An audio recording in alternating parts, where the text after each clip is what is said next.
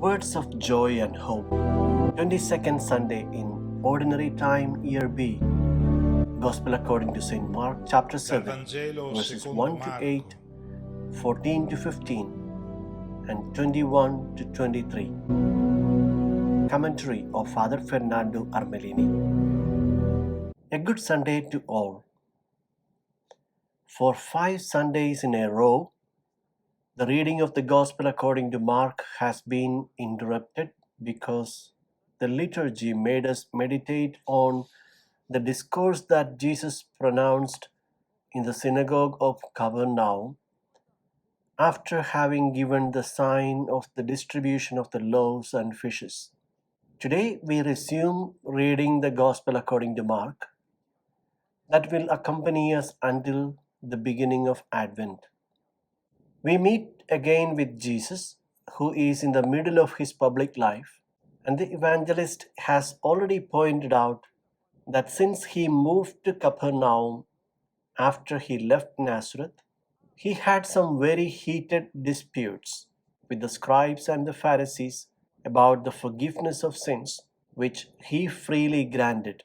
He did not even ask whether a person had repented, also about fasting, and severe criticism of his behavior as he ate with tax collectors and sinners, feasted with them, and did not observe the Sabbath prescriptions.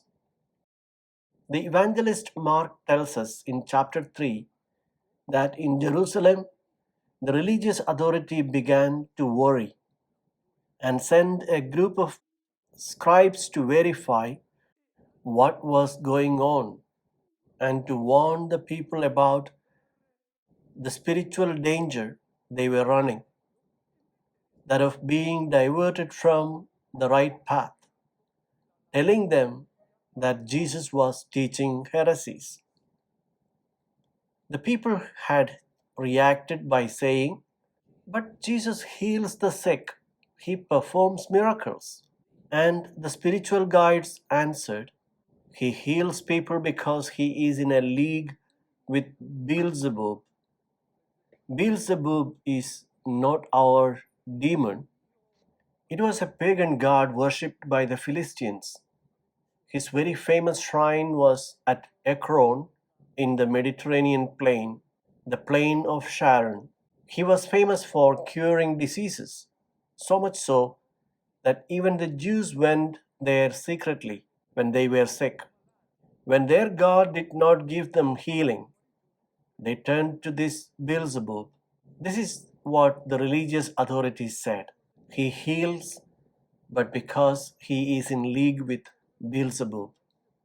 Beelzebub wants to divert them from the right path, from the adherence to the true God. He wants to lead them astray. Today, the spiritual leaders feel compelled to come down from Jerusalem for the second time because they heard in Jerusalem the news that Jesus is violating a very serious precept and is teaching his disciples to do the same. Let us hear what he had done that was so serious.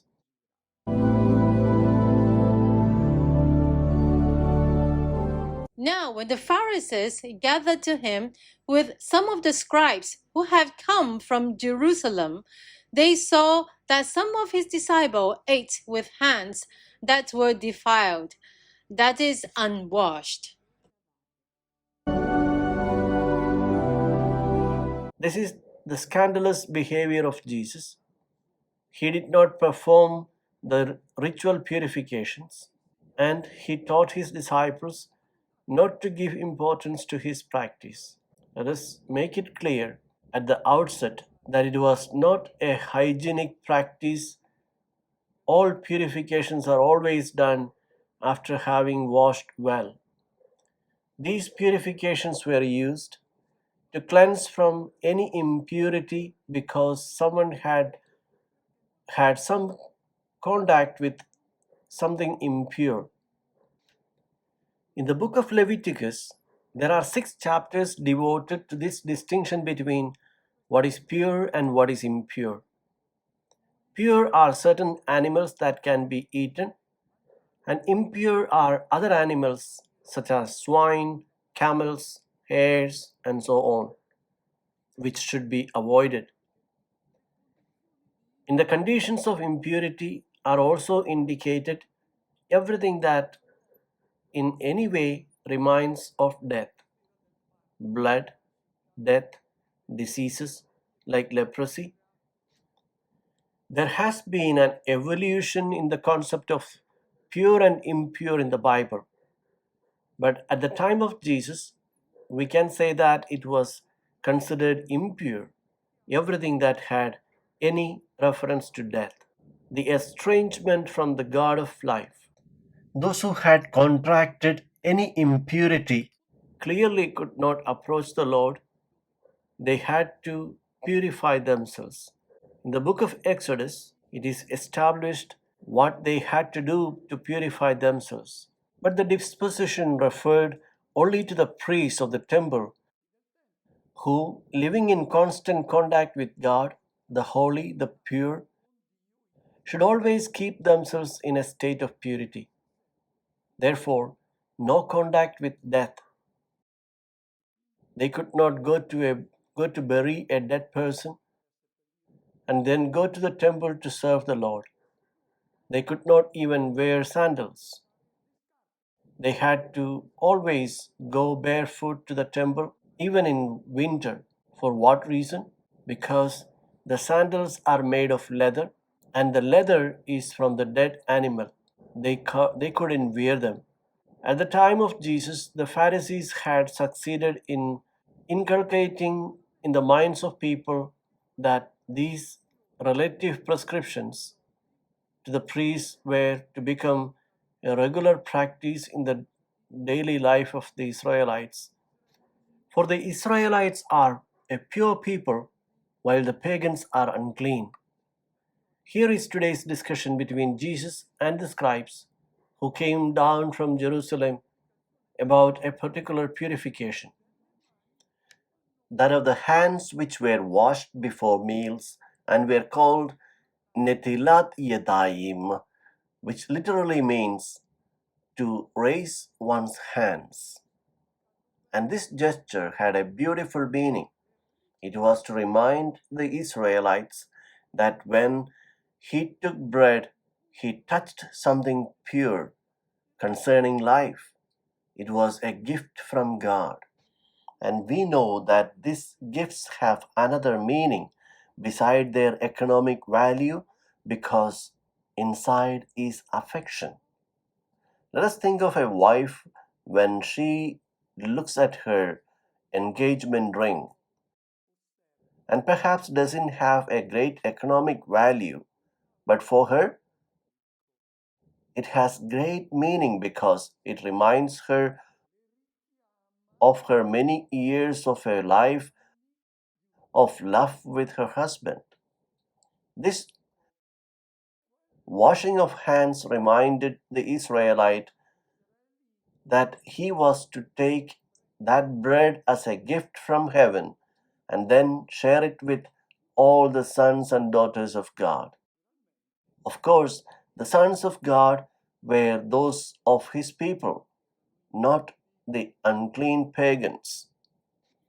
It is right, however, that at the time of Jesus had become a semi magical right for protection from the forces of evil that could enter when one was eating and protect oneself from these forces of death. It had lost the original meaning, which was beautiful.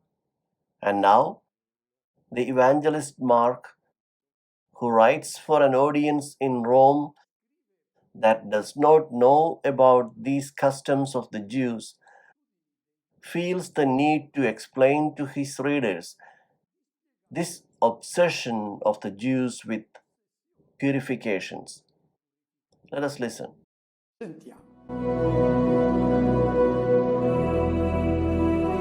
For the Pharisees and all the Jews do not eat unless they wash their hands properly. holding to the tradition of the elders, and when they come from the marketplace, they do not eat unless they wash. And there are many other traditions that they observe, such as the washing of cups and pots and copper vessels and dining couches. The one who goes to the market inevitably meets people, touches objects, food, etc., which can be carriers of impurity.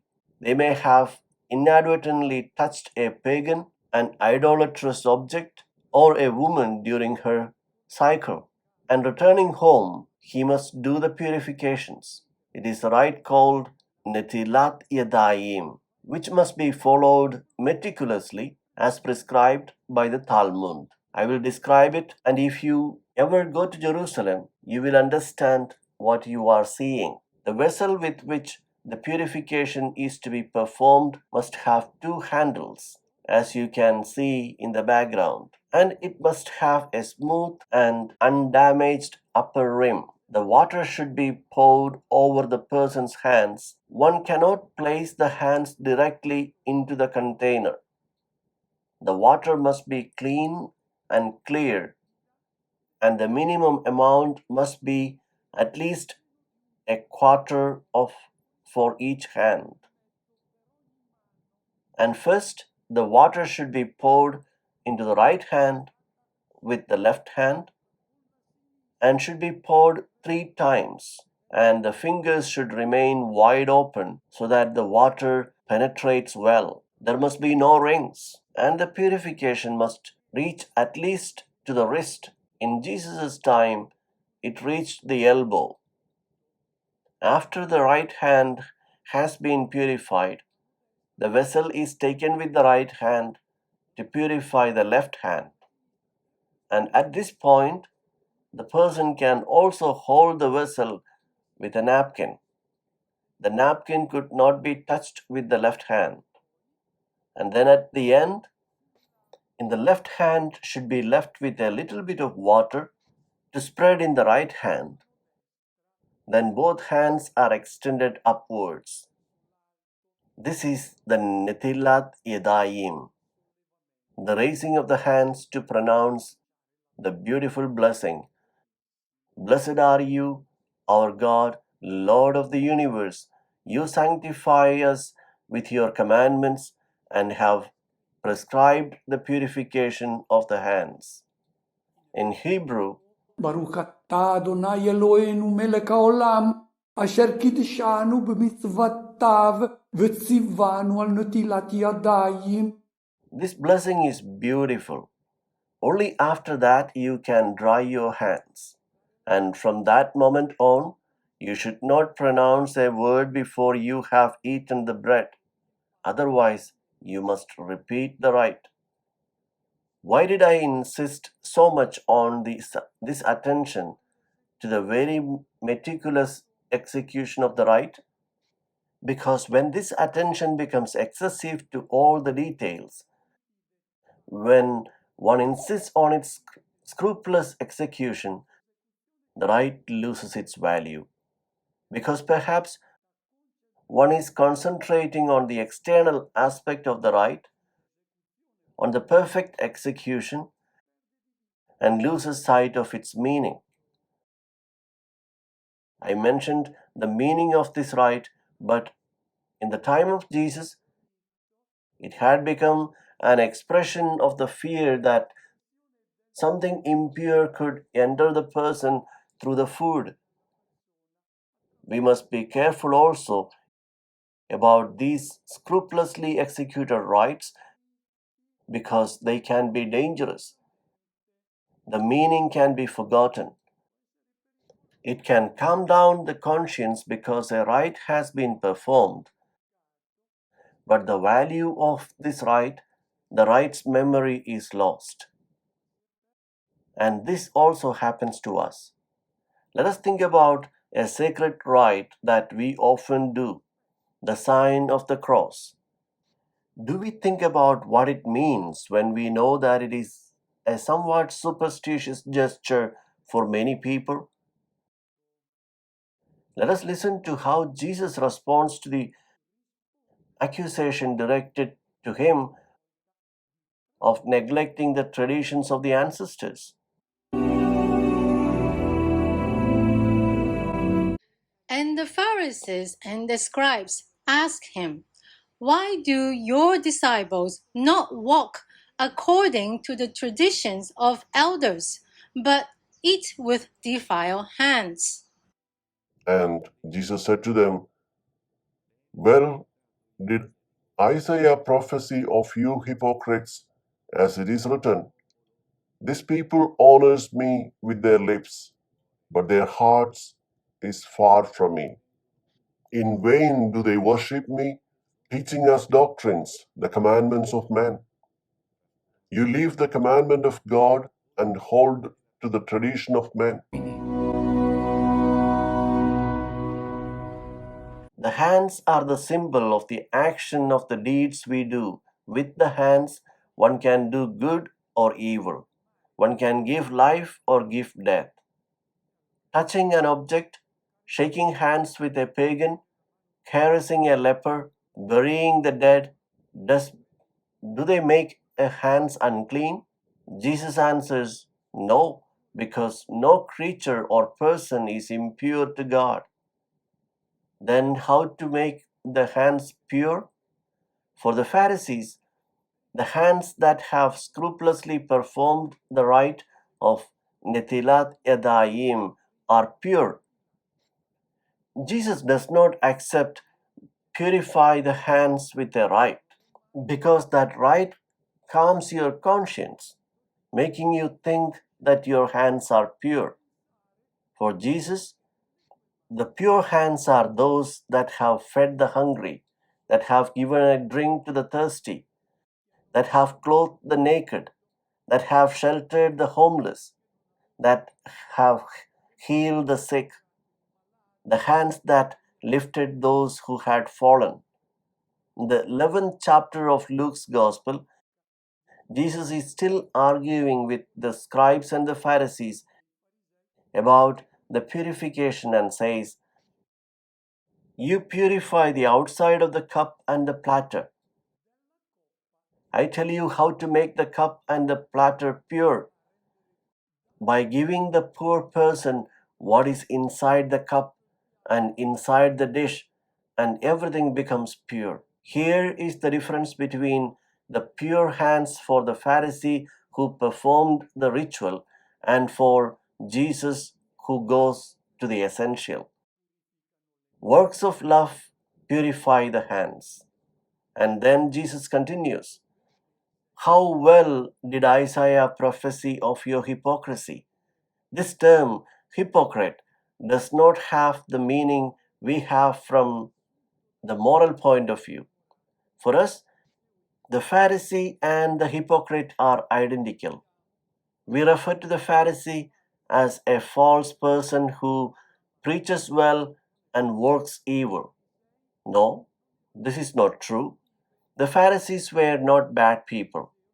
Paul, who was a Pharisee, says in chapter 10 of his letter to the Romans, I give them credit that they are zealous people before God, people who scrupulously observed the Torah, but they were slaves of their religious traditions, and not even Jesus was able to set them free and lead them to freedom and introduce them to the freedom and joy of God's unconditional love.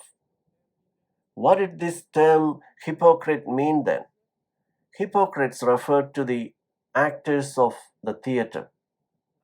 The actor was Hippocrates because at that time, in theatrical performances, the actor never showed his face, but he was always with a mask and therefore he pretended what he was not. Perhaps he was a poor peasant and presented himself as a philosopher. When Jesus refers to the Pharisees and the scribes, he does not say that they are bad people, but that they are comedians. He says that God does not need their religious comedies. he feels sorry for them. It's very different from what he expects and refers to the prophet Isaiah. This people honors me with their lips, but their heart, that is their mind, their thoughts, the decisions they make are far from me. The prophet Isaiah, at the beginning of his book, in the first chapter, presents the religious comedy that was taking place in Jerusalem. God says, when you perform your religious comedy, I look the other way. When you perform your prayers, I look the other way. I close my ears. The smell of incense and burnt offerings make me nauseous. Why? Because your hands commit violence. They drip blood. And then you come here to do their liturgies? I'm not interested in them. What you do is a farce. Here, Jesus takes up this prophet to say that he expects another relationship with him, another purification. It is the purification of those who do works of love, which are the only ones that interest God, the only worship that pleases him. And now Jesus explains to all what makes a person impure. Let us listen. And he called the people to him again and said to them, hear me, all of you, and understand. There is nothing outside a person that goes into him can defile him. That the things that come out of a person are what defile him. For from within, out of the heart of a man, come evil thoughts, sexual immorality, theft, murder, adultery, coveting, wickedness, deceit, sensuality, envy, slander, pride, foolishness. All these evil things come from within, and they defile a person.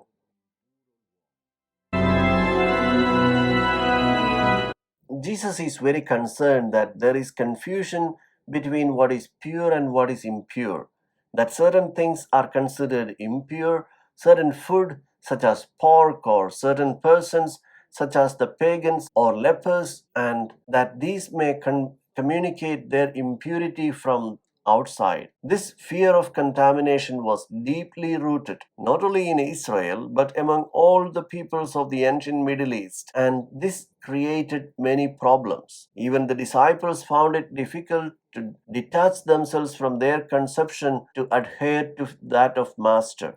Let us remember Peter in Jaffa, that during prayer he had that revelation coming from heaven. Peter, eat. All animals are pure because they are God's creatures. And immediately after that, Peter goes to Caesarea and enters the house of Cornelius, baptizes his household. But when he returns to Jerusalem, his brethren of faith reproached him severely.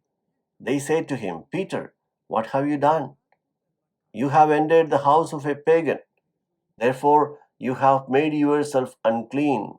Jesus wants to clarify very well this concept of purity and impurity. He had a dispute with the scribes and the Pharisees, and immediately afterward he met with the disciples. And the dialogue with them is not mentioned in today's gospel passage, but Jesus is really angry with them. And at one point he says, but do you also still not understand? Says our translation. But asunethoi in Greek means, but you are so foolish that you do not understand that what goes into a person ends. The translation reads, expelled from body. But Jesus was outraged. Aphedron in Greek means in the Latin. So he used strong words. He wanted to make himself understood that this idea of purity had to be made clear. And Then he calls the multitudes, and among the multitudes there is also we, because we need a reminder of this subject of purity, of what is pure and what is impure. Still today, some are afraid to take communion in hand because they think that their hands are impure. Some come with a napkin.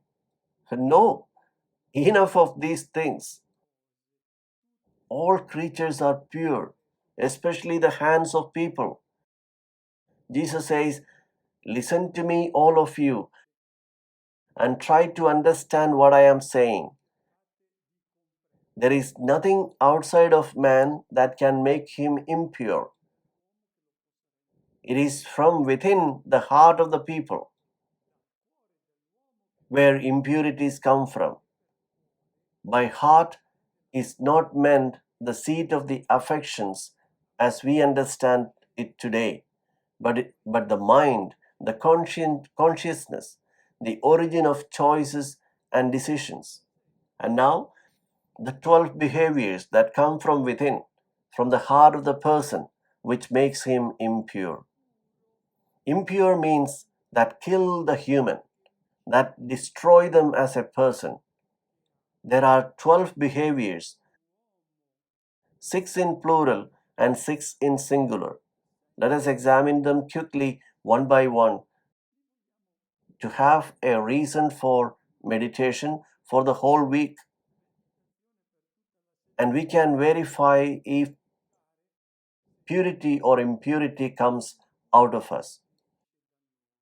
The first, prostitutions, in plural, because there is not only one form of prostitution that we know of, but there are many. All situations in life in which one sells oneself for interest is prostitution. And that's why there are many prostitutions. If to advance in the race, to get some advantage or favor, one sells one's conscience and dignity. When one stoops to empty flattery, this is selling of oneself for interest. It is prostitution.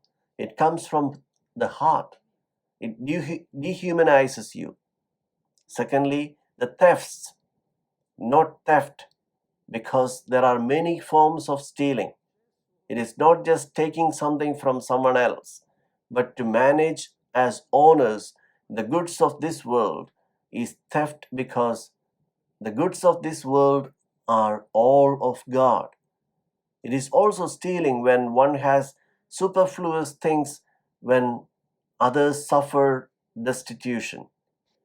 Damaging the good name of a person is also stealing, or stealing the job, the place that belongs to another, because one knows influential people. There are many ways of committing theft that comes from the heart. Those robberies that dehumanize you. Homicide. Not only the homicide of murder, which is to take the life of a person with a gun, but any reduction of another person's life is murder. One can take away a smile, the joy of life, with a curse, with a slander. One can kill with the tongue. Many homicides are born from the heart and do not come from outside. Adulteries. There are so many betrayals, unfaithfulness to love, all the pursuits of selfish pleasure that presupposes the submission of the other is adultery, betrayals of love. Covetousness. It is the greed that leads you always to want to have more, to accumulate, to put happiness in having more. It is insatiable greed. For Jesus, the joy of a person does not consist in having more, but in giving more. There is more joy in giving than in receiving, is a phrase of Jesus found in the Acts of the Apostles, but not in the Gospels, but from Paul. We know very well that a child often says, "It's all is mine." Everything he sees is his or hers. It is the impulse that leads you to have everything for yourself. It is the child's impulse. You have not grown up. The child of God in you grows when you give the goods you have available to make your brother or sister happy. Then you grow as a child of God. Otherwise, you remain a child. Let us not forget that we accumulate, but this is madness. We always long for more and forget that very soon all that we have and are not given will be taken away. Sixth behavior that comes from within is malice, also in plural. It is the evil thoughts, always thinking evil of others, always looking for evil in others. How many pious and devout people feel this uncontrollable need to keep the lives of others between their eyes? They suspect, think badly, and experience a morbid pleasure in communicating their suspicions to their friends, and even go so far as to slander. The effect of these rumors of the life of the Christian community is devastating.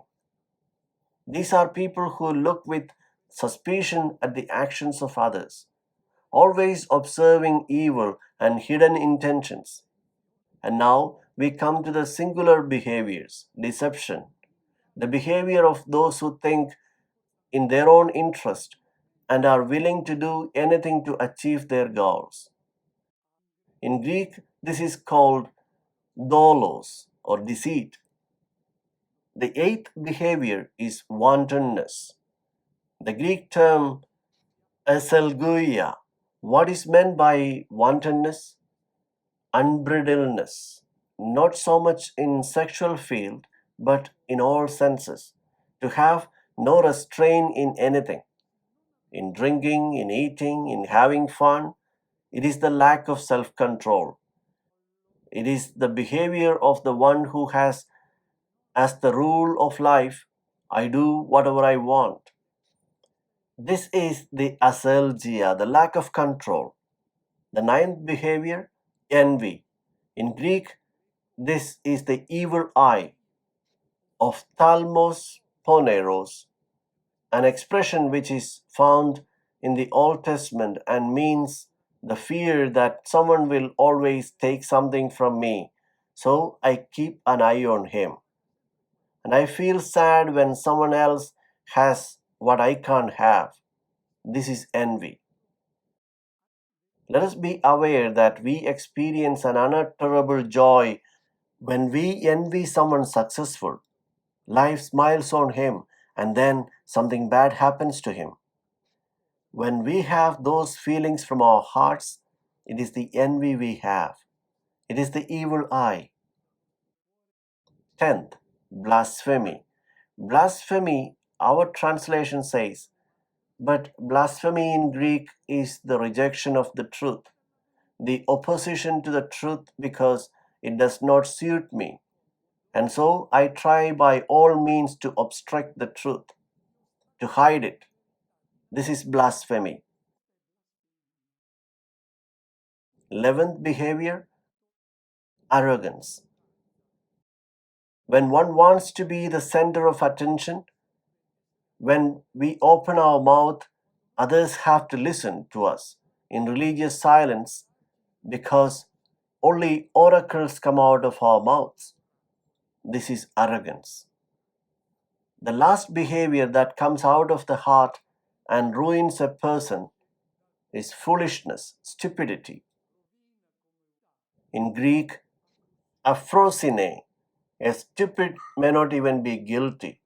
The poor thing is like that, but this is not the stupidity spoken of here. Aphrosine in the Gospels is the failure to orient in the right way the choices of one's life.